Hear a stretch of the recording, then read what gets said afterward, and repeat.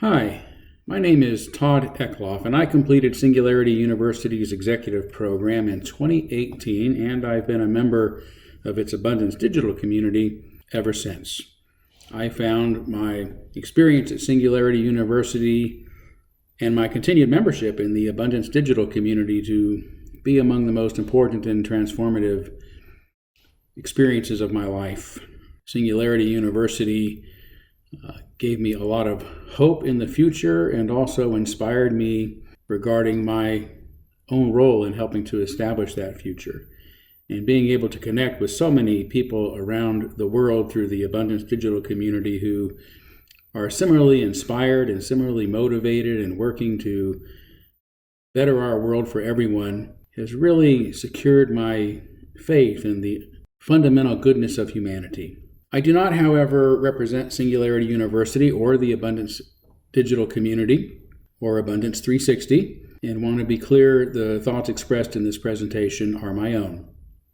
Since it is mostly meant for those who, like me, are already part of the Singularity University and Abundance ecosystem, I'm not going to spend much time explaining what these extraordinary organizations are all about. In brief, I would say that Singularity University inspires its students to better understand and to use exponentially advancing technologies to help tackle some of our greatest challenges and to fashion a world of abundance for everyone. The Abundance Digital community and Abundance 360 are affiliated organizations started by Singularity University's executive founder, Peter Diamandis, who inspires members, mostly entrepreneurs and business leaders, to achieve their massively transformative purposes, what we call their MTPs, in life with a constant flow of webinars, conferences, courses, newsletters, breakout sessions, and a lot more, all of which are recorded for those who can't always participate them when they are happening live. To find out more about the abundance mindset, you can read Peter's books, Abundance, highly recommended, and his more recent book, The Future is Faster Than You Think. These images, by the way, are of me watching one of the Abundance 360 annual conferences. That's Peter inspiring the audience there. I'm watching him on my big screen, which just so happens to be in my virtual apartment, nestled in the virtual mountains. So I'm actually watching this conference with a VR headset on, which is what I took this video with a virtual video camera, so I think it's pretty fitting for this presentation. As for me, my background, I'm not an entrepreneur. My background is in philosophy, including a more than casual understanding of ethics, which is what I want to talk about today, really the ethics of abundance. And in brief, the ethics of abundance is founded on two goals: human welfare and individual unfolding. So we're really talking about the broad perspective, the welfare of humanity itself, of our species, of our societies, of our environment, what we must do to secure the well-being of humanity itself, but also recognizing that for human health, every person needs to have what it takes, what is necessary, the freedoms to fully unfold, to fully achieve their own potentials. So these would be the goals of what I consider the ethics of abundance, which I define briefly as the ethics of abundance utilizes exponential technologies to help create a future in which human society flourishes and every individual is free to achieve their fullest potential. So to understand where I'm coming from and how I derived at this, we're going to go through a little bit of a process for the next few minutes. I want to discuss what is ethics. We all like to consider ourselves ethical beings, and we try to do our best, but few of us have really been trained or educated in ethics, or enough to fully understand it, which is kind of an issue. Because if we don't understand ethics and what we need to do as we are confronted with various circumstances in life, we're likely to just kind of have a hodgepodge sort of ethic that may very well justify our own emotional desires with a variety of ethical means. So being consistent, being a person of some consistency who understands what we are about and how we should behave and what we should seek in all circumstances is an important part of being an ethical being. I'll say more about that in a second. I really want to talk mostly about the humanistic ethic. That's a particular type of ethic. I believe that it is the ethic that is rooted in the abundance mindset. Or I should say the abundance mindset is rooted in this ethic. Don't let the word humanistic fool you, though. This is not a derivative of the philosophy of humanism that emerged in the early 20th century. Certainly it's not antithetical to it. But we're talking about a humanistic perspective that goes all the way back to the first ancient Greek philosophers 2,600 years ago and has reemerged at a couple of prominent points in human history. So we'll say more about the humanistic ethic, a lot more. And then finally, I want to say a bit about why I consider this to be the underlying ethic in the Singularity University and abundance communities and in the mindset that they promote. And we will conclude with a bit of ethical application. What good does it do to talk about ethics if we don't apply it to some real life issues that we're facing, particularly issues around technology, since the exponential advancement of technologies and its use for the human good is really a big focus of Singularity University and the abundance community. So let's jump right into it. What is ethics? If you don't know, the word ethics comes from a Greek word ethos, which means character. Now, character is something that we carry with us all of the time. It's a distinctness about ourselves, a feature about ourselves. In this case, it would be a feature about our moral personality. So if we have a distinguished nose, that nose doesn't change from day to day. It may change a bit as we age, but it's fundamentally going to be a characteristic that others will be able to recognize us by at any age, at any time, wherever we are. So ethics is really a part of our character. It is something that is ingrained in us. It is something we carry with us, and it is an inner type of response to moral problems or ethical problems and decisions that face us. It is how we would tend. It is our tendency to respond to life, if you will, in a very specific, identifiable way. Unlike morals really refers to certain behavioral mores, habits, rules, things that we tend to follow wherever we go. And those habits may be driven by our ethical character. We might look at it as, ethics being our moral character and morals being our ethical behavior. The morals are driven by our ethical character. Our moral behavior is a reflection of who we are inside ourselves as ethical beings. And ethics tend to fall into three categories. Rule-based ethics, they're officially called deontological ethics, but they're just rule-based ethics. So a rule-based ethic, like it sounds, we have certain rules to live by, and those will guide our moral decisions wherever we go, whatever circumstances we're in. The others, as you might have guessed, outcome-based ethics, kind of the opposite. Rather than looking to certain rules to guide our behavior, we look at certain goals. What does a good world look like? And what do we do to navigate our way to that kind of world? So it's end-based, also called teleological ethics. And then finally, virtue ethics. We'll probably talk a bit more about virtue ethics because this is the type of ethic the humanistic ethic falls under. But virtue ethics, well, it emphasizes the the virtues or values of moral character rather than rules or outcomes. So it's kind of a blending of these two perspectives, because we have certain values that we live by all of the time, regardless of the outcome, regardless of the circumstances. And yet those outcomes themselves, those values, I should say, themselves, are the ends that we are trying to achieve. So we're not only working through those values, but we're working to uphold those values, to maintain those values, to sustain those values. So they are both the means by which we journey, as well as the end of the journey that we are striving towards. So more to come on that, but let's go a little more deeply into rule-based ethics so you kind of have an idea of what I'm talking about.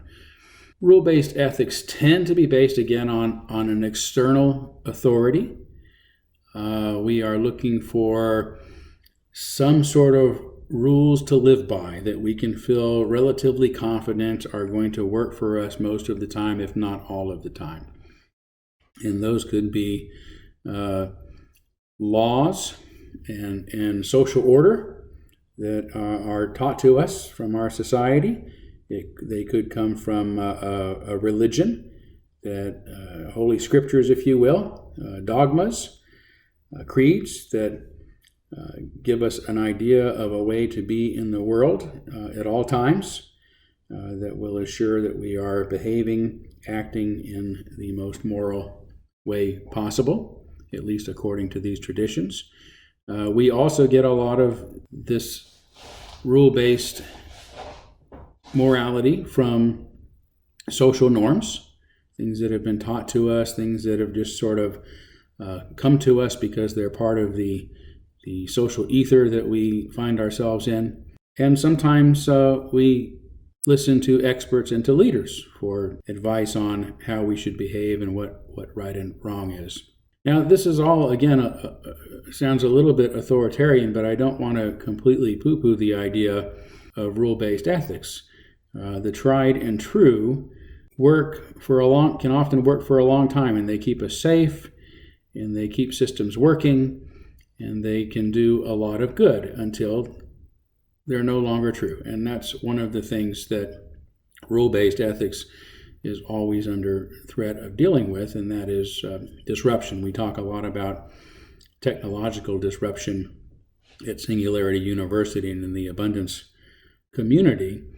There's a sudden surprise when our systems just no longer work because of advances in technology that catch us by surprise. And the same thing happens as society changes.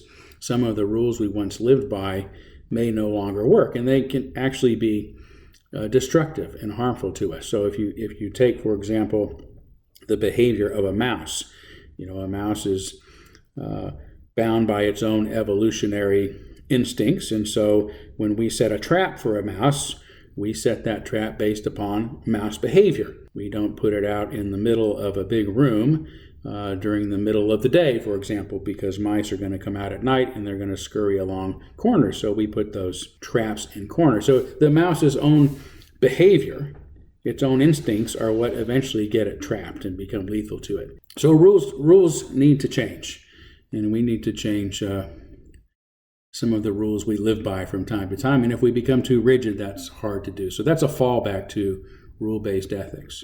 Outcome-based ethics have more of an internal authority, if you will. They're more intuitive. Because again, we're driven towards an outcome. We want a particular, say, principle to be upheld, like justice, for example, justice, equality. That's really what we're striving for. So we ask ourselves, how do we get there? How are we going to achieve this outcome that we all want? We don't necessarily follow any particular rule because the rules may, again, from time to time get in the way. So we tend to adopt principles and let those be our guide, if you will, towards the type of reality that we want to exist in.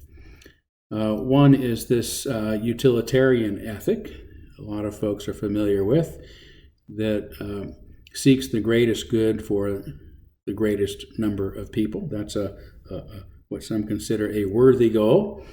It leaves some people out, but All things being relative, some would say that it is the best we can do is to try to create the greatest good or the greatest amount of happiness for the greatest number of people.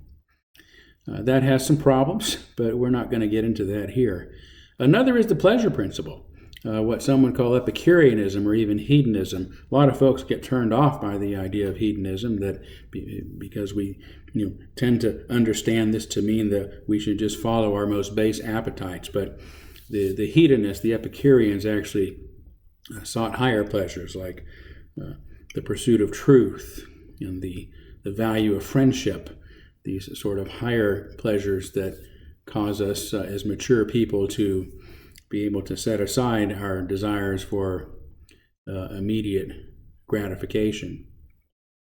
And also the universal golden rule, the do unto others as you would have them do unto you, is in some form in almost all, exists in some form in almost all societies. And it is also based on the pleasure principle, right? We know what feels good to ourselves, and so we decide based on that what must be good for others. We don't want to cause others to experience things that we would not want to experience. And likewise, we should want others to have the same kinds of pleasures and happiness and contentment in life that we ourselves enjoy, and should not seek our own pleasures at the expense of others. So this is not a bad principle to follow at all, to live by, and that's probably why it exists in so many societies and has throughout time. Situation ethics, made famous by the ethicist Joseph Fletcher in the 60s, controversial to say the least with his book on situation ethics. Essentially, situation ethics says we should go into each situation with love as the desired outcome. So love is the principle by which we consider our response to all moral dilemmas and moral situations that we may find ourselves in. This idea really goes all the way back to the Catholic theologian Augustine, who once said, love God, then do what you want. Right? The idea being that if you love, you really can't harm others because love is your first priority. How can harmfulness and hurtfulness come from authentic love? So these are not really necessarily bad principles in any way. They're rather endearing, and I think have inspired a lot of people. Nevertheless, if all we care about is achieving certain ends, even maybe at the expense of others, sometimes regardless of what harm or damage we might cause along the way, right? Because if we're just pursuing certain ends, we can justify how we get there if we abandon all loyalty to any kinds of rules or fundamental basics of behavior. So, for example, jobs versus the environment, right? That's one we often hear that, if we protect the environment, we're going to cost people jobs. We can't do that. Well, we have to be able to do both. We have to be able to deal with all of the major challenges in our life, not sacrifice one for the other. So pursuing an end without considering the way we get there, I think, could be a major mistake. So problems with both the outcome and the rule-based ethics. And I should say, as we move on to the topic of virtue ethics, that every moral situation, every ethical situation presents us with a moral dilemma. These things are never easy. I wish anyone could say, or someone could say, we definitely know the difference between right and wrong, and this will always give us exactly the outcome we want. Unfortunately, that's not the way it works. We have to be, as ethical beings, we have to make difficult ethical decisions, and it seems like so often there is a negative outcome that goes along with our positive outcome, which is why we need to be aware of our ethics and do our absolute best to minimize any unintended consequences of our behavior. So virtue is again kind of a hybrid between these two choices, because rather than following very specific rules that become rigid and may get us in trouble, get us trapped like a mouse, if you will, in our own patterns, very few certain broad virtues, or what I would call values, that we tend to live by and that we tend to promote because we want these to be indicative of the kind of society we live in. So therefore they are both, again, the path and the end that we are pursuing along the path. This type of ethic was something founded by the Stoics, 2,300 years ago, particularly the founder of Stoicism, Zeno. And in the book How to Be a Stoic, Massimo Pigliucci summarizes this by saying virtue is the highest good and everything else is indifferent. There's a lot packed into that little statement. Virtue is the highest good and everything else is indifferent. So keep in mind, this was at a time when Athens, it was right after the end of the Peloponnesian War, and Athens lay in ruins. The great society, one of the greatest societies in human history up to that point, lay in ruins, its population dispersed, and increasingly disenfranchised because of the encroachment of the growing Roman Empire. These folks wanted to have their lives back. They wanted to have their flourishing society back, and they wanted to flourish again as individuals. So philosophy began to take a turn at this point, and three philosophies emerged. One was cynicism, which we might say was based on austerity or asceticism, that we could find happiness by denying ourselves the pursuit of certain pleasures. And another one was kind of, again, the opposite of that, hedonism, which I've already mentioned, which really was more based on indulgence and the pursuit of pleasure. We would call it an aestheticism, if you will, as in aesthetics and beauty and pleasure. So these two sort of emerged as the antithesis. And then Stoicism came along about this same time and said, no, it's really based on virtue, not on pleasure, not on the avoidance of pain, if you will, or the pursuit of pleasure, and not on avoiding pleasure in the pursuit of suffering to toughen ourselves up. It's based on something else. And this is pretty interesting here, right? Because for those familiar with Buddhism, the Buddha, on his way to become, Prince Siddhartha, on his way to becoming Buddha, he also, tested the waters, if you will.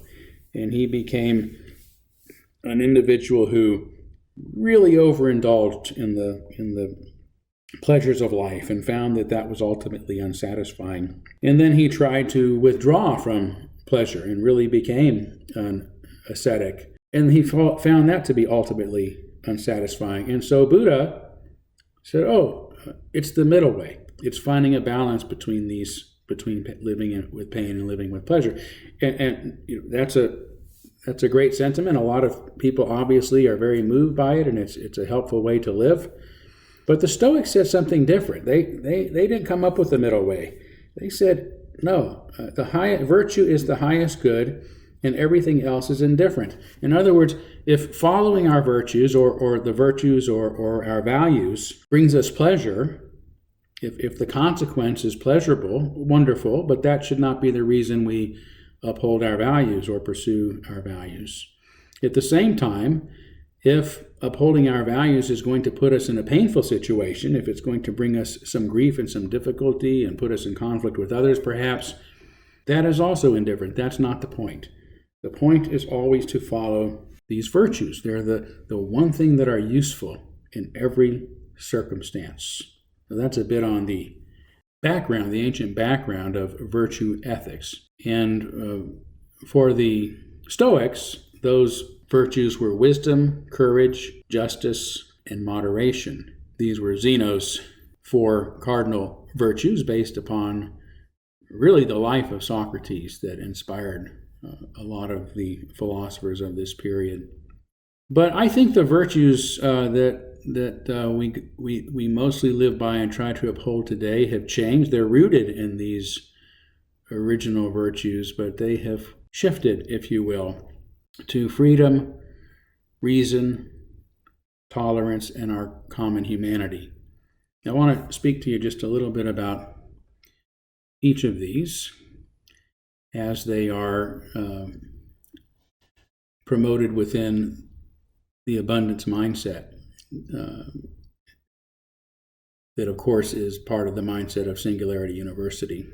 The abundance mindset and the kind of future that Singularity University is inspiring its students to help fashion is one in which every individual has what they need to reach their fullest potential, or as I prefer to say, to fully unfold.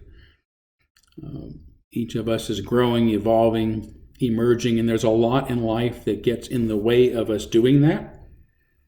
Sometimes it's just trying to get our basic needs met to the point where we're not really able to focus more on who we are meant to be, why we're here, achieving our fullest potential. We're just trying to get by. So creating a world of abundance where people don't have to worry about those things so that they can fully unfold as individuals is a big part of this Singularity University and abundance ecosystem.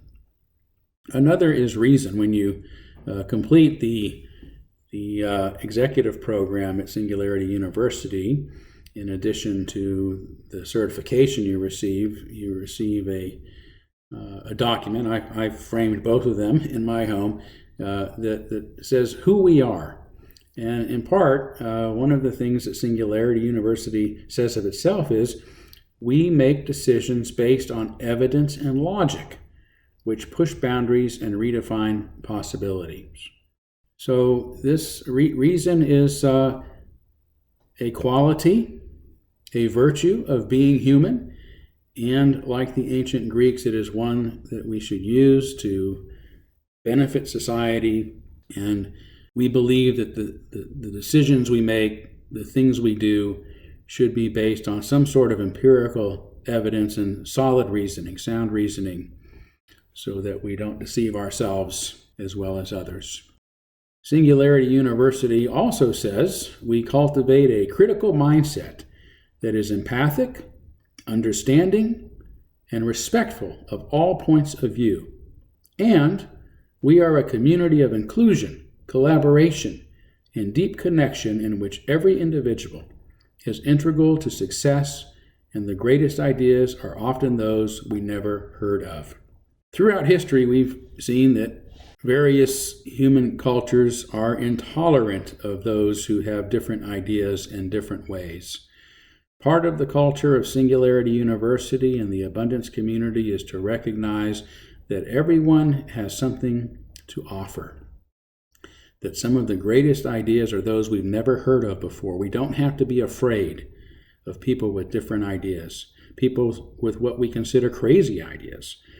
Part of, again, the culture of the abundance community is that, crazy ideas are some of the most profound ideas in the end. So what might sound crazy today might actually become commonplace tomorrow. And that's often been the case, again, throughout history. So it's a very tolerant community. And finally, the virtue of our common humanity.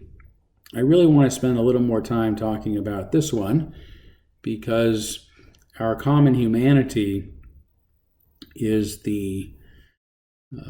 really the basis of these others, freedom, reason, and tolerance, right? The reason that we believe others should have freedom and that we should treat one another reasonably and that we should tolerate one another is because we fundamentally recognize that we're the same species, that we're part of the same family, that all people are brothers and sisters. So we recognize our common humanity. Again, Singularity University in its document about who we are says we are creating a future of abundance that is bright, equitable, and leaves no one behind. Dr. King from the United States, the great civil rights leader, is an individual who made the humanistic ethic the foundation of his own philosophy, saying familiar things like, all men are caught in an inescapable network of mutuality, tied in a single garment of destiny. And an individual has not started living until he can rise above the narrow confines of his individualistic concerns to the broader concerns of all humanity. And of course, his dream that little black boys and black girls will be able to join hands with little white boys and white girls as sisters and brothers. That these sentiments like these, of course, capture this common humanity virtue. It was also expressed in India by the great soul Mahatma Gandhi, who said, "We want freedom for our country, but not at the expense or exploitation of others, not so as to degrade other countries. I want freedom for my country so that other countries may learn something from my free country, so that the resources of my country might be utilized for the benefit of mankind." Gandhi also said, "We are all part of one species, despite the small differences between us." That's the common humanity ethic. It's not a nationalistic ethic that thinks only of one people, but of all people, everywhere. And that is the sentiment of the singularity abundance mindset.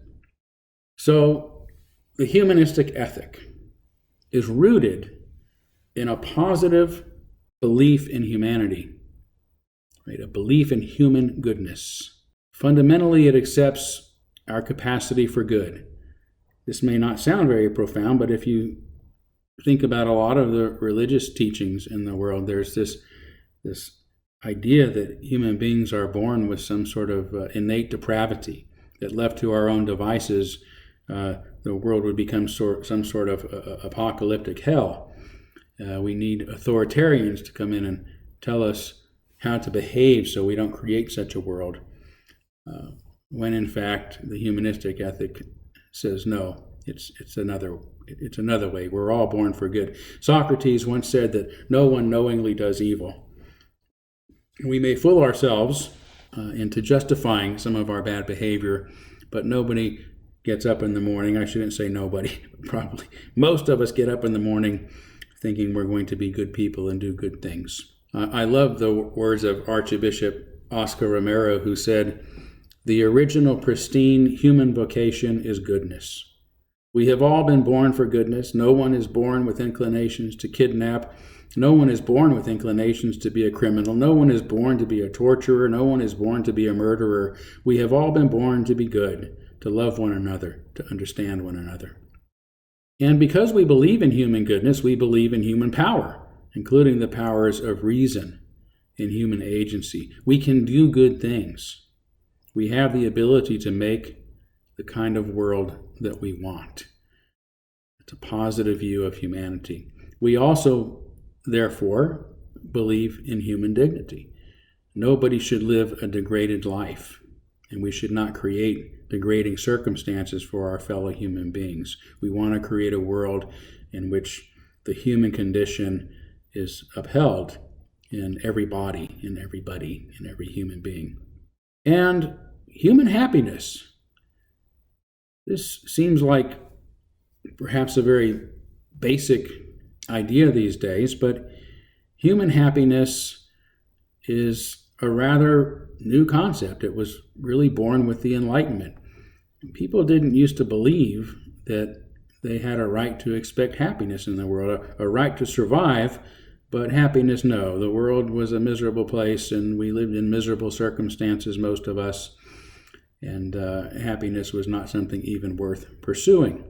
But as Richie Robertson points out in his new book on the Enlightenment declared the conviction that the goal of life was happiness, and that if this goal can be attained at all, it was to be found in the here and now, despite the manifold imperfections of earthly life. This is also the principle that inspired the words in the U.S. Constitution, the right to life, liberty, and the pursuit of happiness. Now, I would say I wouldn't necessarily define happiness as joy, as a feeling of being overjoyed or a feeling of deep pleasure. Happiness, I think, really refers to having contentment, to having that eudaimonia that the Greeks sought, this contentment with life, because humanity is flourishing and individuals live in a society in which they are also able to flourish, to fully unfold. So this ethic, again, is not part of humanism that started in the U.S. in the 1920s, but really began 2,600 years ago with Thales of Miletus, the first Greek philosopher, and really lasted into the next millennium, all the way up to the Stoic philosopher Marcus Aurelius, and really a bit beyond that. But keep in mind, Thales is called the first philosopher because he's the first we know of who tried to explain life and meaning in physical terms rather than mythical or religious terms. And in that was that innate sense that the human mind can figure this out. We can look empirically at the world around us, and we have the ability to figure out what the world means or what it should mean. So Thales was among the first to do that, and the philosophers that followed him believed likewise. And so a lot of them, again, began looking at the secrets to human happiness, to human flourishing. Lawrence Becker, in his book, A New Stoicism, says the Stoic ethic, which is one that was demonstrated by Emperor Marcus Aurelius, as well as other great Roman Stoics. The Stoic ethics is a species of eudaimonism. Its central organizing concern is about what we ought to do or be to live well, to flourish. This, again, is a great sentiment expressed often at Singularity University and in the Abundance digital community. And this pursuit of human happiness, of the flourishing of humanity, of human society, lasted up until about the start of the Middle Ages or Dark Ages, when a real pessimism about humanity again set in. And that lasted for quite a long time, really hundreds of years, probably close to 1,000 years, until the Renaissance, which led to the Enlightenment principles in the 14th, 15th, around the 14th, 15th century. And keep in mind, the word Renaissance means renewal or reawakening. And what the Renaissance was reawakening to were those pre-Socratic philosophers 2,600 years ago. They sort of bypassed the Dark Ages and went back to begin appreciating what had become outlawed, a mindset that had become all but outlawed in the Dark Ages, this belief in human goodness and human agency. And so that was rediscovered during the Renaissance. And then it began to flourish during the Enlightenment of the 17th and 18th centuries. Immanuel Kant perhaps summarized it best in his categorical imperative. Act in such a way that you always treat humanity, whether in your own person or in the person of any other, never simply as a means, but always at the same time as an end. This again is a really pro-human insight and philosophy, that no person should be treated as a means to somebody else's end. That every person is an end within themselves. And this again is part of the great goal of the Abundance digital communities of Singularity University, as we shall see that we want the kind of future that is going to allow humanity to flourish and every person to unfold by achieving their fullest, their greatest potential. I prefer the 20th century philosophers' reimagining of this, the great philosopher Erich Fromm, a real inspiration to me in my life. Fromm said the principle that good is what is good for humanity and evil what is detrimental to humanity ought to be the sole criterion of ethical value, being human welfare, and that the unfolding and growth of every person is the aim of all social and political activities. So here we see it really specified again. Human welfare, individual unfolding ought to be the aim of all social and political activities. And I would add, of all activities, of all entrepreneurial activities, of all corporate activities, of all government activities, that the goal of all we should do, of all we strive to do, is to create a society in which human beings are flourishing and individuals are free to unfold, to achieve their fullest potential. I'm going to conclude this part of the presentation by talking a bit about what the humanistic ethic is not. And you've probably already considered this question. Well, what about non-human entities? What about non-human species? I would say that the humanistic ethic is not anthropocentric. Just because it is humanistic does not mean that it is anthropocentric, that it is centered on human welfare at the exclusion of all other beings. Erich Fromm said, "Human love, when fully developed, is neither anthropocentric nor egoistic, and thus cannot be fulfilled in a state of unrelatedness to the world outside oneself." Right? Human welfare depends upon a healthy environment, upon the health of our fellow creatures. Fromm also said the necessity to unite with other living beings, to be related to them, is an imperative need on the fulfillment of which human sanity depends.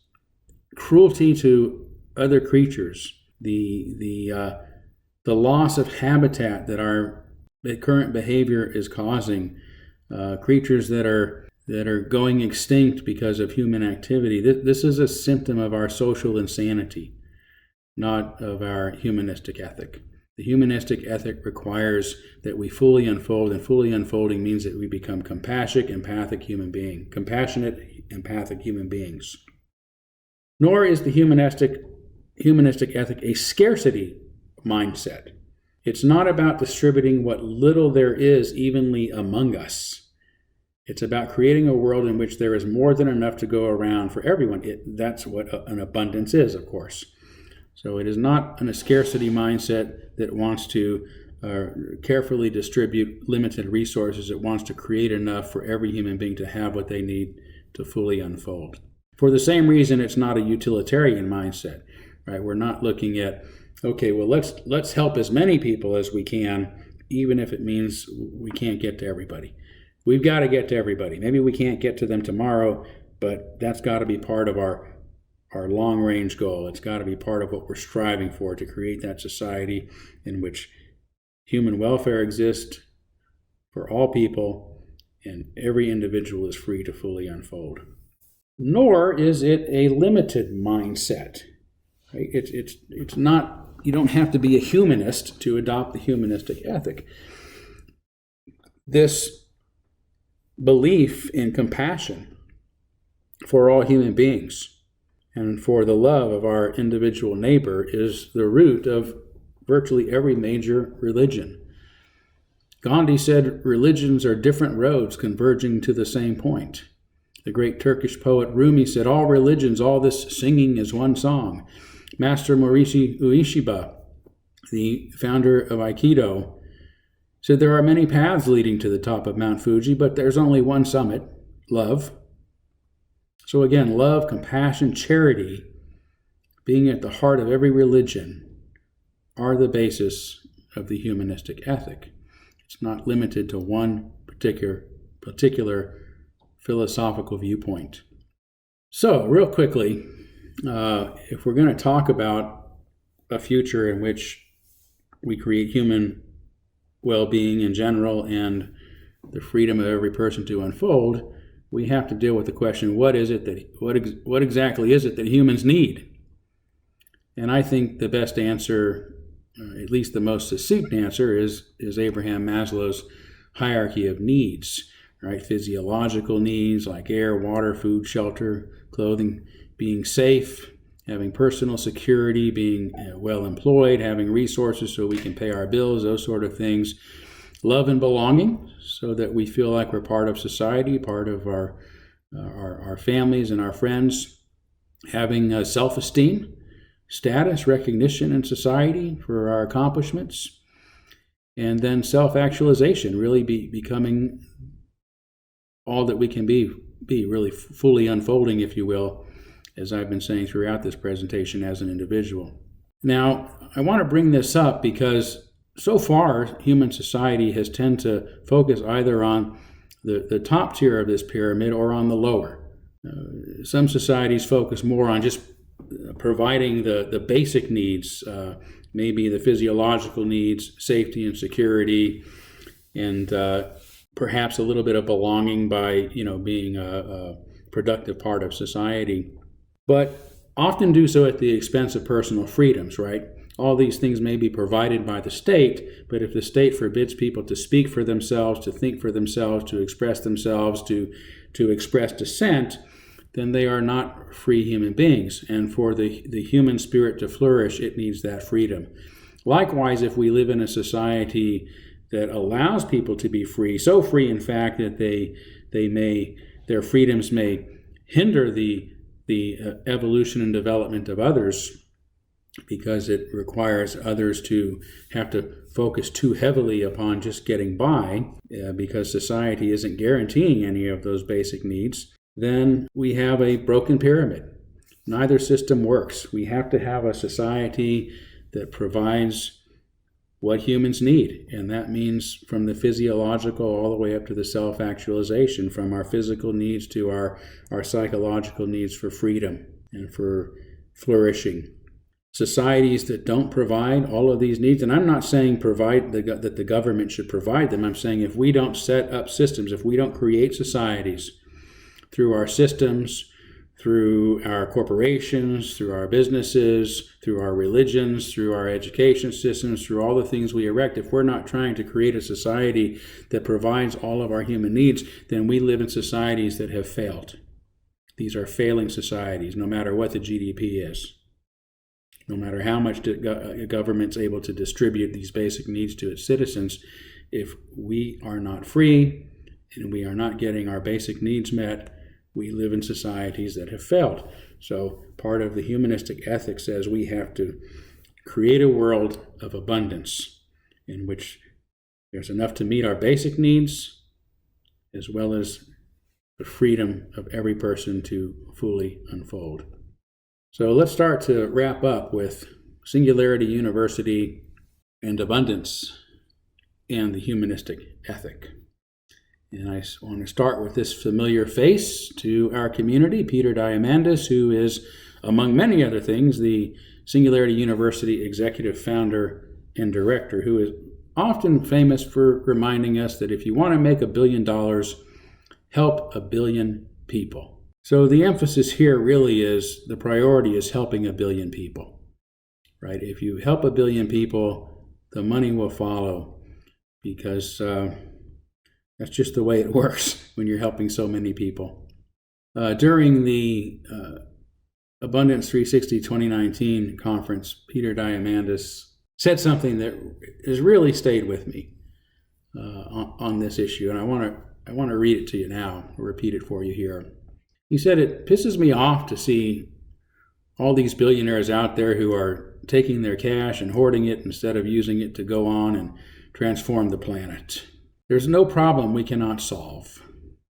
Within the next 10 to 20 years, we have the potential to give every man, woman, and child on this planet access to all the education, health care, energy, food, water that they want. What is it that you want? Would you want to do that at the end of the day for your legacy that makes your kids and the world proud of you? It brings you joy, it brings challenges, and an unchallenged life is not worth living. If you find your life easy, you're on a beach in Hawaii, amazing. Come back, the world needs you. This is the world we're in, guys. It's not the government, it's not the robber barons, it's us, it's you, it's me. Any one of us can take on and solve a massive challenge. Do not dream small dreams. That is not what we are here to do." Those sentiments really express the humanistic ethic to me, right? And I'm so proud, even though I'm not an entrepreneur myself, to be part of a community with so many business owners and corporate leaders and entrepreneurs who get up every day because they want to make the world better for billions of people. They want to make the world better for others. These are the shapers, the changers in our life in the 21st century, and I just feel so honored to be part of this community. This is the face of Will Weissman, who is Singularity University staff executive director, and he also said something that is really amazing and gets at the heart of I should say expresses the core of the humanistic ethic. It was at the start of the 2019 annual summit. I'm here because, like so many of you, I believe in my core that an abundant world is possible in the not too distant future. And I want to do everything I can to help bring that to fruition. To me, that looks like a world where we feed everyone, where we educate everyone, where we shelter everyone, a world where people feel safe and they feel they have a fair shot at living a good life, a world where there are mechanisms to help curb our deficiencies and overcome our most base impulses. What a profound vision to get a largely group of entrepreneurs together to talk about creating a world of abundance for everyone. So let's begin then to apply this ethical position of the humanistic ethic.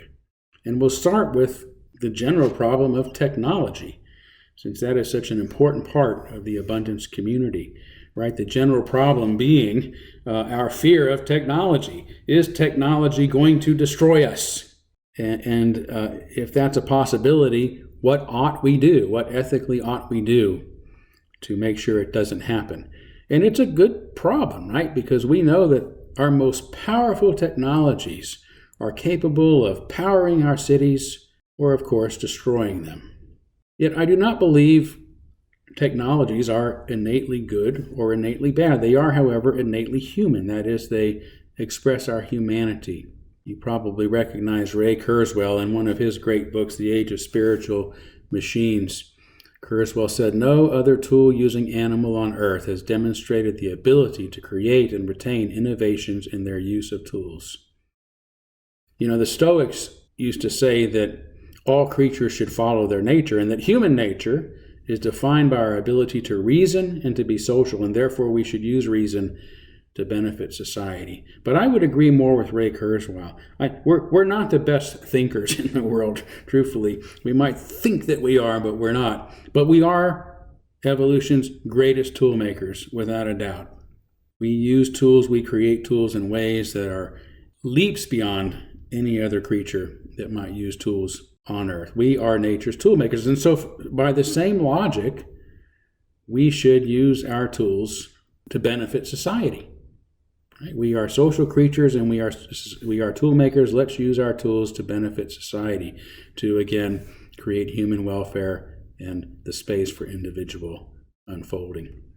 But again, our tools are an extension of our humanity. Right? The reason a hammer has a handle is because humans have hands. They are an extension of they extend both our human powers in the world and enhance our abilities to function in the world. So when we start looking at how we should use technology, I particularly appreciate a real simple line in Max Tegmark's excellent best-selling book, Life 3.0, when he starts getting into the ethics, some of the ethical issues of technology. It has a very profound little sentence, and that is that we should think about what sort of future we want rather than merely what sort of future we fear. Think about what sort of future you want rather than merely what sort of future you fear. So often we're hung up on what we're afraid of, and so we start to, well, we shouldn't allow that to happen. We should stop it. We should prevent it. We should pass laws. Maybe so, but it's really hard to stop evolution. And technology is evolving just like everything else, and it is evolving at a faster pace than biology does. So we're probably not going to stop it. So being afraid just makes us afraid. But focusing on the question of what we want, what kind of future do we want? What do we want our technology to do for us? And therefore begin to put systems into place so that we arrive at that future. I think it's a really good approach. And what kind of future do we want? Again, the one that I would suggest is based on the humanistic ethic. We want a future in which there is greater human welfare and the freedom for individuals to fully unfold, to fully flourish, to fully achieve their own greatness. Something else Will Weissman said during that same conference is, with so many technologies that are emerging and converging to help us eliminate disease, address climate change, and transform scarcity into abundance across the globe, we have but one thing to do, the very thing we've assembled here to do: create the future. And that, to me, is what Singularity University and the abundance communities are about, is creating the future. And we're creating the future, in order to create a more abundant world for everyone. Another very specific ethical application, right, is this matter of automation versus employment. We know that we are already in the midst of a technological evolution or really revolution, in which artificial intelligence, autonomous vehicles, and robotic services, they're already here. They're beginning to converge, and I think we can have no doubt that are soon going to do their job, which is to make it less necessary for companies to have humans doing those jobs for them. So what does that mean? Does that mean massive job loss? Well, again, going by the formula, let's ask, what kind of future do we want? Not what kind of future we're afraid of. What kind of future do we want? Do we want a future where there's mass unemployment? We just going to let it happen? Yeah, there's automation coming, so now there's mass unemployment. Oh well. Or do we want to seize the opportunity of less need for humans to work, to create a society in which that time can then be used to help individuals have the freedom to fully unfold?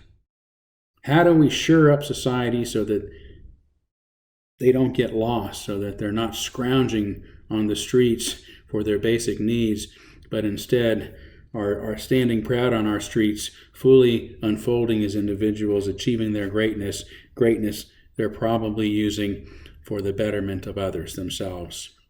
Is that the future we want? Then let's make it happen.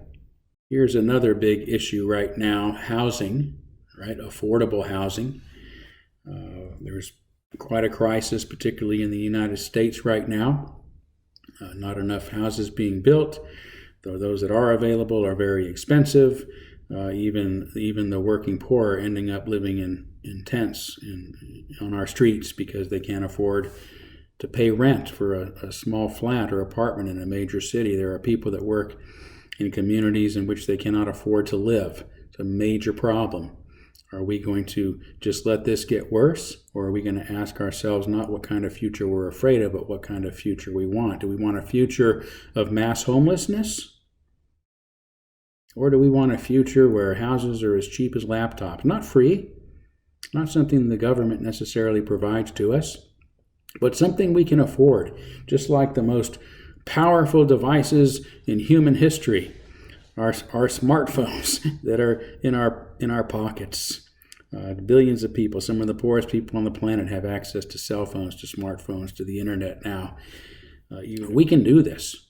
Technology can help us do this. We can handle the biggest challenges of our lives, right? The rising housing costs, the rising cost of education, the rising cost of healthcare, through an abundance of technologies that are going to reduce the cost, make technologies more powerful, make them more accessible to ordinary individuals, and essentially give us all a big raise through the deflationary methods of technological advancement. Right? That's what happens as technology advances. It gets cheaper. And even though it feels like we're not getting raises, I could not have afforded a supercomputer just a few years ago. I can assure you, not a supercomputer that can't do half of what my smartphone can do today. So technology really gives us all a financial break. So this is one possibility. One approach to affordable housing is to use technology to make affordable housing genuinely affordable. In general, what does the humanistic ethic then require of us?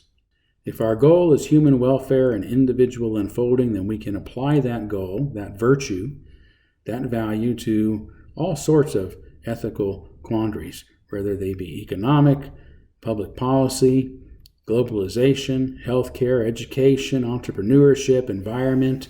If the goal of all of these endeavors, of everything we do, is human welfare and individual unfolding, then we are achieving the humanistic ethic. Now, the humanistic ethic, again, based upon these two goals, human welfare in general and individual flourishing, is really equal to one concept, one big virtue, and that is love. And I'm not talking about the feeling of love.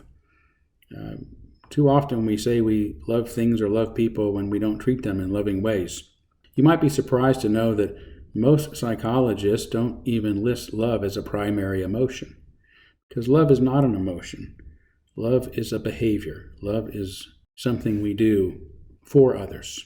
Again, the great Erich Fromm, in his book on the subject, The Art of Loving, described it succinctly by saying, "Love is the active concern for the life and growth of that which we love." By this I mean the sense of responsibility, care, respect, knowledge of any other human being, the wish to further his life. I think that's what the humanistic ethic is all about. The love for humanity, the love for the individual, by showing care and respect and appreciation and doing everything we can to help them flourish, to help further humanity's life and every individual's life. And that is why I describe the ethics of abundance in this way. The ethics of abundance utilizes exponential technologies to help create a future in which human society flourishes and every individual is free to achieve their fullest potential. I thank you for listening, and I hope that you too can achieve your fullest potential.